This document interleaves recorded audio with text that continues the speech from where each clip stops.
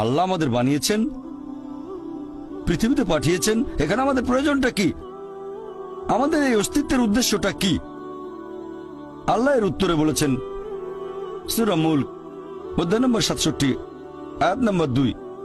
আল্লাহ বলেছেন আল্লাযী খালাকাল মাউতা ওয়াল হায়াতা, যে আল্লাহ সৃষ্টি করেছেন মৃত্যু ও জীবন পরীক্ষার জন্য। কে তোমাদের মধ্যে কর্মে উত্তম? আল্লাহ সৃষ্টি করেছেন জীবন ও মৃত্যু পরীক্ষার জন্য। কে তোমাদের মধ্যে কর্মে উত্তম? আল্লাহ পবিত্র কোরআনে বলেছেন সূরা আলে ইমরান অধ্যায় নম্বর 3 আয়াত 185। আল্লাহ বলেছেন কুল্লু নাফসিন যায়কাতুল মউত, প্রত্যেক জীব মৃত্যুর স্বাদ গ্রহণ করবে, আর চূড়ান্ত বিচার হবে রোজ কিয়ামতের দিনে। যাকে সেদিন দোজখ থেকে রক্ষা করা হবে আর বেহেশতে দাখিল করা হবে, সেই পৃথিবীর উদ্দেশ্য অর্জনে সফল কাম। কারণ এই পার্থিব জীবন ছলনাময় ভোগ ব্যতীত আর কিছুই নয়। তার মানে এই পৃথিবীতে আমাদের ইহকাল, এটা পরকালের জন্য একটা পরীক্ষা। যদি আল্লাহ সুবহানাহু ওয়া তাআলার আদেশগুলো মেনে চলেন, তাহলে পরকালের জীবনে বেহেশতে যেতে পারবেন, আর আদেশগুলো না মানলে বেহেশতে যেতে পারবেন না, দোজখে যাবেন। তাহলে এই জীবন আমাদের অস্তিত্বের পেছনের উদ্দেশ্য। আল্লাহ বলছেন পরকালের জন্য পরীক্ষা। আর আল্লাহ পবিত্র কোরআনে বলেছেন সূরা আনকাবুত অধ্যায় নম্বর 29 আয়াত নম্বর 2 যে তোমরা কি মনে করো আমরা ঈমান এনেছি এটা বললেই তোমাদের ছেড়ে দেওয়া হবে? তোমাদের অবশ্যই পরীক্ষা নেব। যদি শুধু মুখে বলেন আল্লাহকে বিশ্বাস করি, আমি একজন মুসলিম, আমি একজন মুমিন, এটা বললেই আল্লাহ ছেড়ে দেবেন? এখানেই পরীক্ষা শেষ? আল্লাহ বলছেন তোমরা জানো না আমি পরীক্ষা করব? শুধু বললেন আমি একজন মুসলিম, শুধু মুখে বললেন আমি বিশ্বাসী, মুখে বললেন আমি আল্লাহর কাছে নিজের ইচ্ছাকে সমর্পণ করি, তাহলে আপনাকে ছেড়ে দেওয়া হবে না। আল্লাহ অবশ্যই পরীক্ষা করবেন। আল্লাহ পবিত্র কোরআনে বলেছেন সূরা বাকারা অধ্যায় নম্বর 2 আয়াত নম্বর 155 আমি অবশ্যই তোমাদের পরীক্ষা করব ক্ষুধার ভয় দিয়ে, জীবন আর ধন সম্পদের ক্ষয়ক্ষতি দিয়ে এবং ফল ও ফসলের ক্ষয়ক্ষতি দিয়ে।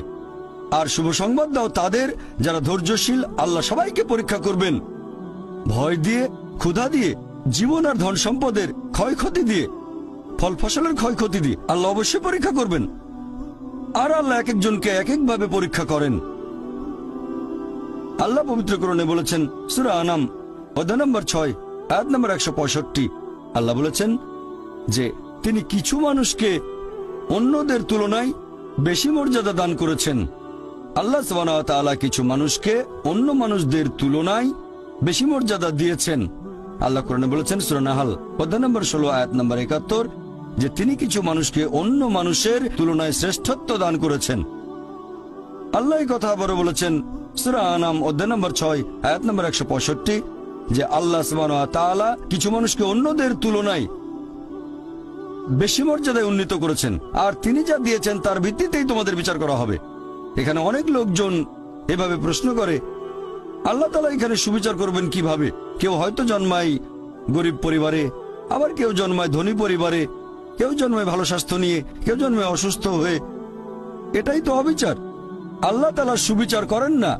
তিনি এইসব আলাদা মানুষের জন্য আলাদা বিচার করবেন কিভাবে? আমরা জানি যে পার্থিব জীবনে আছে জন্ম আর মৃত্যু, বিভিন্ন অসুখ হতে পারে, কেউ গরিব কেউ ধনী, এই সবই আসলে পরীক্ষা।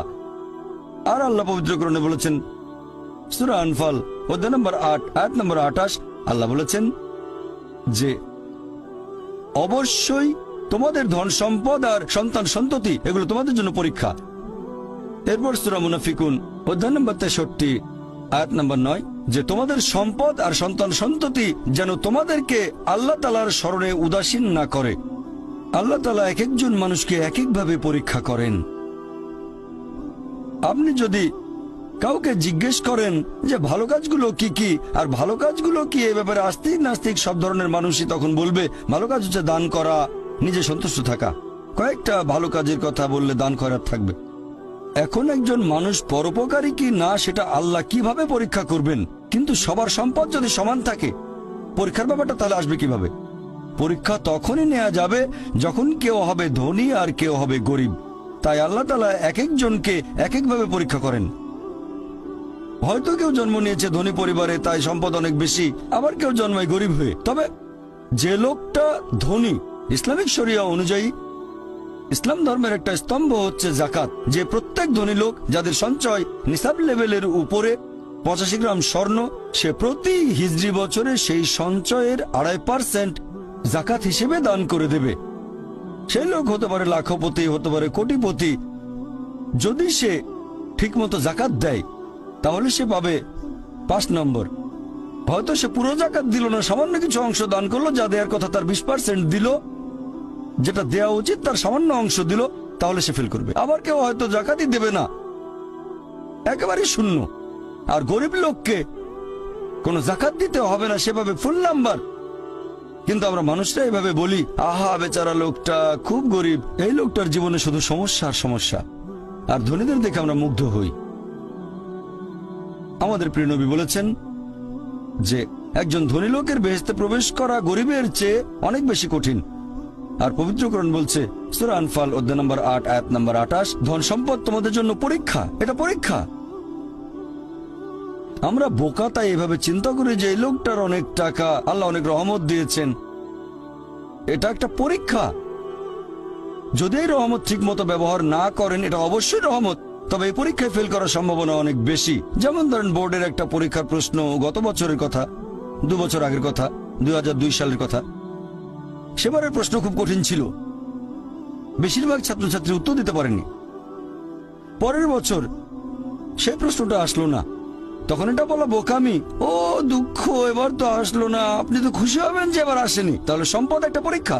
তাহলে যাদের ধন সম্পদ নেই তাদের জন্য ধনীদের তুলনায় বেহেশতে যাওয়াটা অনেক সহজ। আল্লাহ এক একজনকে এক একভাবে পরীক্ষা করেন। সেজন্য আল্লাহ বলেছেন, তোমাদের ধন সম্পদ যেন তোমাদেরকে আল্লাহ তাআলার স্মরণে উদাসীন না করে, এটা একটা পরীক্ষা। আরেকটা পরীক্ষা হচ্ছে সন্তুষ্টি, নিজে সন্তুষ্ট থাকা। আর আমাদের নবী মুহাম্মদ সাল্লাল্লাহু আলাইহি ওয়াসাল্লাম বলেছেন, এটা আছে সহিহ বুখারীতে, খণ্ড নম্বর 8 হাদিস নম্বর 447। নবী বলেছেন, যদি কারো কাছে একটা পর্বত সমান স্বর্ণ থাকে, সে এরকম আরেকটা চায়। যদি কারো কাছে 1 পাহাড় স্বর্ণ থাকে, তারপরও সে আরেকটা স্বর্ণের পাহাড় চায়। আর সর্বশেষে তার মুখগহ্বর পূর্ণ হয় কবরের মাটি দিয়ে। সে যত ধনী লোকই হোক, হয়তো সে পৃথিবীর মধ্যে সবচেয়ে ধনী লোক, তারপরও সে আরো বেশি সম্পদ চায়। মানুষ সন্তুষ্ট হয় না, বেশিরভাগ মানুষ কখনো সন্তুষ্ট হয় না। আল্লাহ পবিত্র কোরআনে বলেছেন, সূরা নিসা অধ্যায় নম্বর 4 আয়াত নম্বর 32, যে আল্লাহ যেটা দিয়ে অন্য মানুষকে শ্রেষ্ঠত্ব দান করেছেন, সেটার উপরে তোমরা কোন রকম লালসা করো না। এভাবে বলবেন না যে, হে আল্লাহ, তুমি অমুককে অনেক সম্পদ দিয়েছো, অমুককে অনেক সুন্দর একটা গাড়ি দিয়েছো। এমন কিছু আল্লাহর কাছে চাইবেন না যেটা অন্য কাউকে আল্লাহ দিয়েছেন, এতে লোকসান হবে আপনার। আর আমাদের প্রিয় নবী মুহাম্মদ সাল্লাল্লাহু আলাইহি সাল্লাম বলেছেন, এটা আছে সহিহ বুখারীতে, খণ্ড নম্বর 4, আমাদের নবী বলেছেন যে সেই লোকদের দেখো যাদের ভাগ্য তোমার চেয়ে খারাপ, সেই সব লোককে দেখো না যারা তোমার চেয়ে বেশি ভাগ্যবান। তা না হলে তোমরা আল্লাহ তাআলাকে স্মরণ করায় অবহেলা করতে পারো, তা না হলে প্রতিপালকের প্রতি অকৃতজ্ঞ হয়ে যেতে পারো। তাহলে নবী বলেছেন, তাদেরকে দেখো যাদের ভাগ্য খারাপ। তখন আপনি বলছেন, আচ্ছা এই লোকটার তো কোনো গাড়ি নেই, আমার একটা মারুতি অন্তত আছে। তাকে দেখবেন না যারা সে মার্সিডিজ, ও আমার মার্সিডিজ নেই কেন, ওই লোকের গাড়ি নেই, আমার তো একটা আছে। আপনি আল্লাহকে ধন্যবাদ জানাবেন। যখন মার্সিডিজ গাড়ির মালিকের সাথে নিজেকে তুলনা করবেন, ও আমার কেন মার্সিডিজ গাড়ি দিলেন না, তাদেরকে দেখবেন যাদের ভাগ্য খারাপ। তাহলে আপনি আল্লাহ সুবহানাহু ওয়া তাআলাকে স্মরণ করছেন। আর এটাই বৈশিষ্ট্য মানুষের। এরকম একটা গল্প যে এক লোকের মনে অনেক দুঃখ, কারণ তার কোনো জুতো নেই। তারপরে সে একটা লোককে দেখলো যার একটা পাই নেই। লোকটা অভিযোগ করতো আল্লাহর কাছে যে জুতো নেই, আল্লাহর কাছে অভিযোগ করতো আমার কোনো জুতো নেই। তারপর সেই লোকটাকে দেখলো যার একটা পা নেই, তখন সে আল্লাহকে ধন্যবাদ জানালো, আমার অন্তত 2টো পা আছে। তাহলে সন্তুষ্ট হওয়া একটা পরীক্ষা। আমাদের নবী মুহাম্মদ সাল্লাল্লাহু আলাইহি ওয়াসাল্লাম বলেছেন, এটা আছে সহিহ বুখারীতে, খণ্ড নম্বর 8, যে সত্যিকারের সম্পদ হচ্ছে সন্তুষ্ট হওয়া, ধন সম্পত্তি নয়। সত্যিকারের সম্পদ হলো সন্তুষ্ট হওয়া, পরিতুষ্ট হওয়া। আপনার যা কিছু আছে সেটার জন্য বলবেন আলহামদুলিল্লাহ, সকল প্রশংসা আল্লাহর। তাহলে হবেন সত্যিকারের মুমিন, হবেন সত্যিকারের বিশ্বাসী, হবেন সত্যিকারের মুসলিম, সন্তুষ্ট থাকবেন। অনেকে এভাবে বলে যে কোন কারণে আল্লাহ সুবহানাহু ওয়া তাআলা কিছু মানুষকে জন্ম থেকেই বানিয়েছেন স্বাস্থ্যবান, কিছু মানুষকে আল্লাহ সুস্বাস্থ্য দেন, আর কেউ জন্মায় অসুখ বিসুখ নিয়েই, হয়তো বংশগত কোনো রোগ, হার্ট ডিজিজ, কেউ বা জন্মায় বিকলাঙ্গ হয়ে। আল্লাহ কি অবিচার করছেন? আল্লাহ পবিত্র কোরআনে বলেছেন সূরা নিসা অধ্যায় নম্বর 4 আয়াত 40, আল্লাহ সুবহানাহু ওয়া তাআলা কারোর সাথে অনুপরিমাণে জুলুম করেন না। এটা একটা পরীক্ষা। আল্লাহ এক একজনকে এক এক ভাবে পরীক্ষা করেন। এরকম হতে পারে যে শিশু এখন জন্মাচ্ছে, সেই সময় মাসুম নিষ্পাপ, তার কোনো দোষ নেই। আর পবিত্র কোরআন বলছে সূরা আনফাল অধ্যায় নম্বর 8 আয়াত নম্বর 28 যে তোমাদের ধন সম্পদ আর সন্তান সন্ততি তোমাদের জন্য পরীক্ষা। আল্লাহ কথাটা আবারও বলেছেন অধ্যায় নম্বর 63 আয়াত নম্বর 9 যে তোমাদের ধন সম্পদ সন্তান সন্ততি তোমাদেরকে যেন আল্লাহ তাআলার স্মরণে উদাসীন না করে। এরকম হতে পারে যে পরীক্ষা নেওয়া হচ্ছে বাবা মার, এটা বাবা মার জন্য পরীক্ষা। এরপর আপনারা দেখবেন যখন কোনো মানুষের উপর বিপর্যয় আসে, সেটা হয় পরীক্ষা অথবা একটা শাস্তি।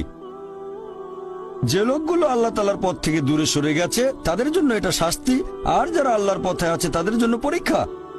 হতে পারে যে বাবা মা খুব ভালো মুসলিম, 5 ওয়াক্ত নামাজ পড়েন, হয়তো জাকাত দিয়েছেন, হজ পালন করেন, রমজান মাসে রোজা রাখেন, আল্লাহ তাদের একটা সন্তান দিলেন জন্ম থেকে যার হার্টে সমস্যা। সত্যিকারের মুসলিম, সত্যিকারের মুমিন বলবে আলহামদুলিল্লাহ, আল্লাহ তাআলা তোমাকে অনেক ধন্যবাদ। আল্লাহ তাদের পরীক্ষা করছেন। আরেকটা লোক যে কৃতজ্ঞ নয় আর এই পরীক্ষায় হয়তো পাশও করবে না, সে বলবে কেন, সে লাফালাফি শুরু করবে, আল্লাহর কাছে অভিযোগ করবে যে কেন আল্লাহ তাআলা আমাকে এমন বিকলাঙ্গ সন্তান দিলেন জন্ম থেকে যার হার্টে সমস্যা। আর পরীক্ষা যত কঠিন পুরস্কার তত বেশি। পরীক্ষা যত কঠিন পুরস্কারের পরিমাণ তত বেশি। যেমন ধরেন আপনি পরীক্ষা দিচ্ছেন বিএ ডিগ্রি এক্সামিনেশন, যদি পাশ করেন তাহলে আপনি graduate, BA graduate in arts. তবে যদি এমবিবিএস পরীক্ষায় পাশ করেন তাহলে গ্র্যাজুয়েট হবেন, নামের আগে ডক্টর বসাবেন, ডক্টর। কিন্তু এমবিবিএস পরীক্ষায় পাশ করা এটা বিএ পরীক্ষায় পাশ করার চেয়ে অনেক বেশি কঠিন। তাহলে পরীক্ষা যত কঠিন পুরস্কারও তত বেশি। হতে পারে আল্লাহ এই বাবা মাকে সাধারণ বেহেশতে পাঠাতে চান না, পাঠাবেন জান্নাতুল ফেরদৌসে। তারা ধার্মিক, তারপরও আল্লাহ তাদের বেশি পুরস্কার দিতে চাচ্ছেন। আর এই কারণে আমাদের প্রিয় নবী মুহাম্মদ সাল্লাল্লাহু আলাইহি সাল্লাম বলেছেন, এটা আছে সুন্নান আল তিরমিজিতে, এক লোক জিজ্ঞেস করলো এই পৃথিবীতে কাকে সবচেয়ে বেশি পরীক্ষা দিতে হয়? নবী উত্তরে বললেন যে আল্লাহ সুবহানাহু ওয়া তাআলার সকল নবী রাসূলকে সবচেয়ে বেশি পরীক্ষা দিতে হয়। এরপরে যারা নবী রাসূলগণের ঘনিষ্ঠ, যারা নবী রাসূলগণের মতো, তারপরে যারা সাহাবীগণের মতো। আর একজন লোকের ঈমান যত বেশি মজবুত পরীক্ষাটাও তত বেশি কঠিন। তাকওয়া যত বেশি থাকে আল্লাহ তত কঠিন পরীক্ষা দেবেন। আপনি কোথাও এমবিবিএস নিয়ে পড়াশোনা করছেন কারণ বেশি নম্বর পেয়েছিলেন এইচএসসিতে, সেজন্য এখানেও পরীক্ষা কঠিন। এমবিবিএস পাশ করাটাও বেশ কঠিন। তাহলে এখানেও নবী রাসূলগণের তাকওয়ার সাথে সাধারণ মানুষের তাকওয়ার কোনো তুলনায় হয় না। যেহেতু তারা ছিলেন নবী এবং রাসূল, তাই তাদেরকেও পরীক্ষা করা হয়েছে। কোন নবী রাসূলকে এই পরীক্ষা না নিয়ে ছেড়ে দেওয়া হয়নি। তাদের তাকওয়া লেভেল অনেক উপরে। নবী রাসূলকে অনেক বেশিবার পরীক্ষা করা হয়েছে সাধারণ মানুষের চেয়ে। আপনার বাচ্চা অনেক বেশি, অনেক কঠিন। তাহলে আপনার তাকওয়া যদি বেশি হয় আল্লাহ আপনাকে পরীক্ষা করবেন। সত্যিকারের মুমিন কোন বিপর্যয়ের মধ্যে পড়লে বলে সুবহানাল্লাহ, সকল প্রশংসা আল্লাহর, আলহামদুলিল্লাহ। সে ধরে নেয় এটা একটা পরীক্ষা।